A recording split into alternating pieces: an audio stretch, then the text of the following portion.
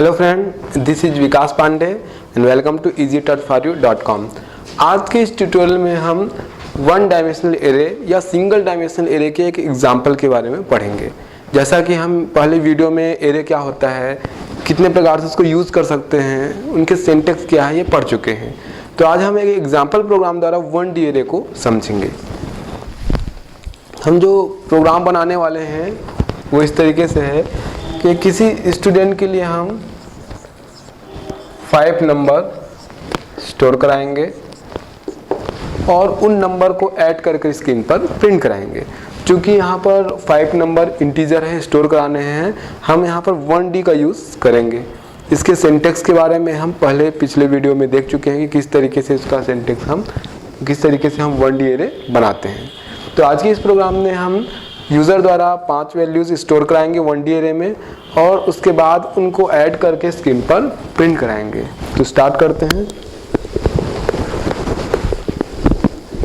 सबसे पहले header file से has include iostream.h has include connew.h। Main function से स्टार्ट करते हैं, इंट मेन। सबसे पहले तय करते हैं कि हमें कितने वेरिएबल्स की जरूरत प्रोग्राम में पड़ेगी। तो चूंकि यहाँ हमको 1D एरे बनाना है, एक एरे टाइप का वेरिएबल होना चाहिए इंटीजर। तो इंटीजर नंबर 5 ये पहला हो गया। दूसरा, क्योंकि 1D एरे में वैल्यू स्टोर कराना है तो हमको एक लूप की जरूरत पड़ेगी। तो लूप के लिए मैं यहाँ पर बना रहा हूँ वेरिएबल i। उसके बाद इन नंबर्स को हमको ऐड भी करना है और स्क्रीन पर प्रिंट कराना है। तो उसके लिए मैं एक वेरिएबल बना रहा हूँ यहाँ पर sum इज इक्वल 0।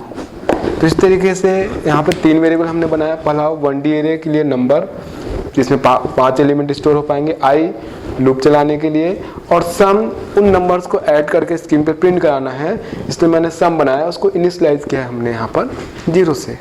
तो स्टार्ट करते हैं प्रोग्राम। पहले यूज़र को एक मैसेज देते हैं,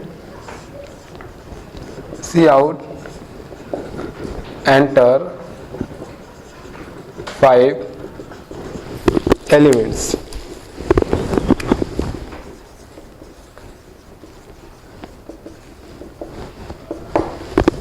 ये मैसेज देने के बाद अब हम यहाँ पे लूप का यूज़ करने वाले हैं उन 5 एलिमेंट को एरे में स्टोर कराने के लिए।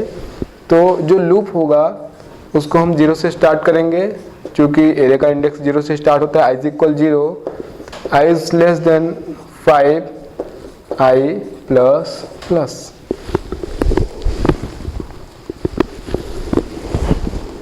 ये हो गया लूप। इसके बाद चूंकि यूज़र से हमको 5 एलिमेंट स्टोर कराने हैं एरे में, तो उसके लिए हम सी इन स्टेटमेंट का यूज़ इसके अंदर करने वाले हैं। सी इन जो वेरिएबल है वो है no नंबर। इसके बाद इसके अंदर हम सबस्क्रिप्ट के रूप में यूज़ करने वाले हैं वेरिएबल i को, और ये लूप क्लोज। तो यहाँ पर आप देख पाएंगे जब ये लूप एग्जीक्यूट होगा तो यहाँ पर सी इन स्टेटमेंट के अंदर जो वेरिएबल है वो सबस्क्रिप्ट की संख्या i की इस लूप के अकॉर्डिंग चेंज होगी। मतलब 0 से लेके 0, 1, 2, 3, 4 जो कि एरे के अलग अलग इंडेक्स नंबर है एलिमेंट्स के लिए। तो ये अलग अलग लोकेशन पर जो वैल्यूज़ है एरे में स्टोर हो जाएगी। मतलब इस लूप से ख़त्म होने के बाद जो हमारा 1D एरे है वो इनिशियलाइज हो जाएगा, उसके अंदर वैल्यूज स्टोर हो जाएगी जो कि यूज़र द्वारा स्टोर कराई जाएगी। जब इतना प्रोग्राम हम एग्जीक्यूट कराते हैं तो इतना प्रोग्राम एग्जीक्यूट कराने के बाद हमारा 1D एरे इनिशियलाइज हो जाएगा। आगे हमको इनके एलिमेंट्स को स्क्रीन पर प्रिंट भी कराना है और साथ में ऐड भी करना है। तो प्रोग्राम को मैं कंटिन्यू कर रहा हूँ।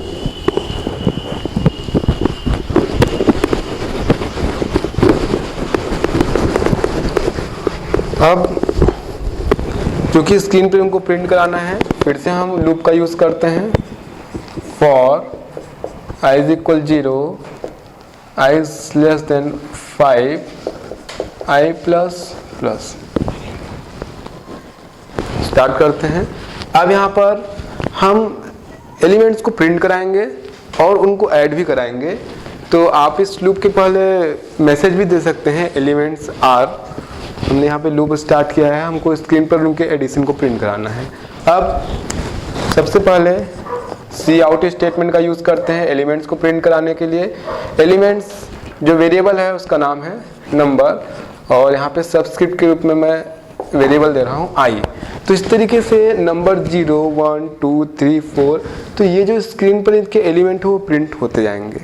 आप यहाँ पर \n का भी यूज़ कर सकते हैं न्यू लाइन के लिए, या फिर एलिमेंट्स के बीच में गैप लेने के लिए आप \t का भी यूज़ कर सकते हैं। अब हमको उनके एलिमेंट्स को ऐड भी करना है, तो हमारे पास वेरिएबल है sum. Sum is equal sum plus, चूँकि हमको 0 से इनिशियलाइज किया हुआ है सम को, 0 प्लस आई। फर्स्ट एलिमेंट से लेके जितने भी एलिमेंट्स होंगे वो इस लूप के अंदर, जब तक ये लूप एग्जीक्यूट होगा, वो सम में ऐड होते जाएंगे। जब इस लूप से हम बाहर आएंगे तो स्क्रीन पे हमको एलिमेंट प्रिंट मिलेंगे, और जो उसका एडिशन होगा वो होगा सम पर। तो बाहर आके हम इसको सम प्रिंट कराते हैं। सी आउट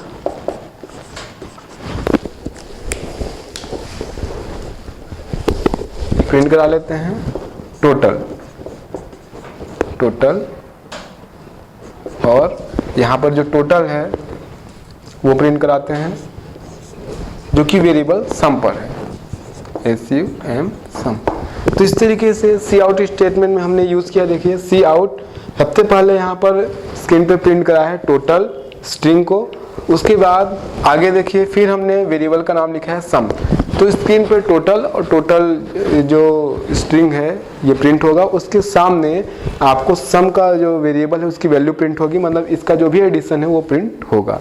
उसके बाद लास्ट में आते हैं गेट ch, और फिर एक रिटर्न स्टेटमेंट का यूज़ करते हैं हम,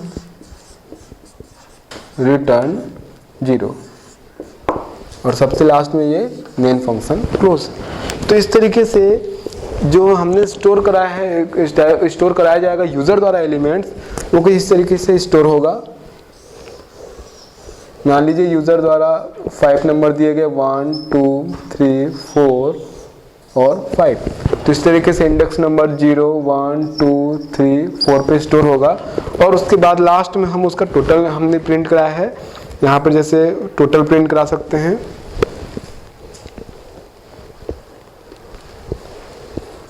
15, तो ये इसका टोटल। तो इस तरीके से इस प्रोग्राम में हमने एक 1D एरे को इनिशियलाइज किया है, यानी यूज़र से उसमें एलिमेंट्स स्टोर कराया है, और साथ में उन एलिमेंट्स का एडिशन या सम को हम लास्ट में इस तरीके से प्रिंट कराया है। तो इस प्रोग्राम में हमने 1D एरे का यूज़ किया है यूज़र द्वारा एलिमेंट स्टोर कराने के लिए। तो ये 1D का एक एग्जाम्पल है। इसी तरीके से आप और भी प्रोग्राम्स में जहाँ पर आपको एक ही प्रकार के वेरिएबल्स की ज़रूरत हो, इस टाइप से कलेक्शन के रूप में, जैसे मान लीजिए स्टूडेंट के 5 सब्जेक्ट हैं या 5 स्टूडेंट के रोल नंबर है, तो आप एरे का यूज़ प्रोग्राम में कर सकते हैं एलिमेंट को स्टोर कराने के लिए। तो इस प्रोग्राम में हमने यूज़र द्वारा जो नंबर लिया है उसको ऐड करके स्क्रीन पे प्रिंट कराया है। आगे के प्रोग्राम में हम 2D एरे के एग्जाम्पल के बारे में देखेंगे, जो कि मल्टी डायमेंशनल एरे का एक एग्जाम्पल है। वहाँ पर हम जो एलिमेंट स्टोर कराएंगे वो एक मैट्रिक्स के फॉर्म में स्टोर होगा, और साथ में हम उसे ऐड भी कराएंगे। तो आज के लिए इतना ही। आगे हमारे और भी जो वीडियोस है आप देखते रहिए, और हमारी वेबसाइट easytouchforyou.com पे आप लॉगिन कर सकते हैं। तब तक के लिए बाय।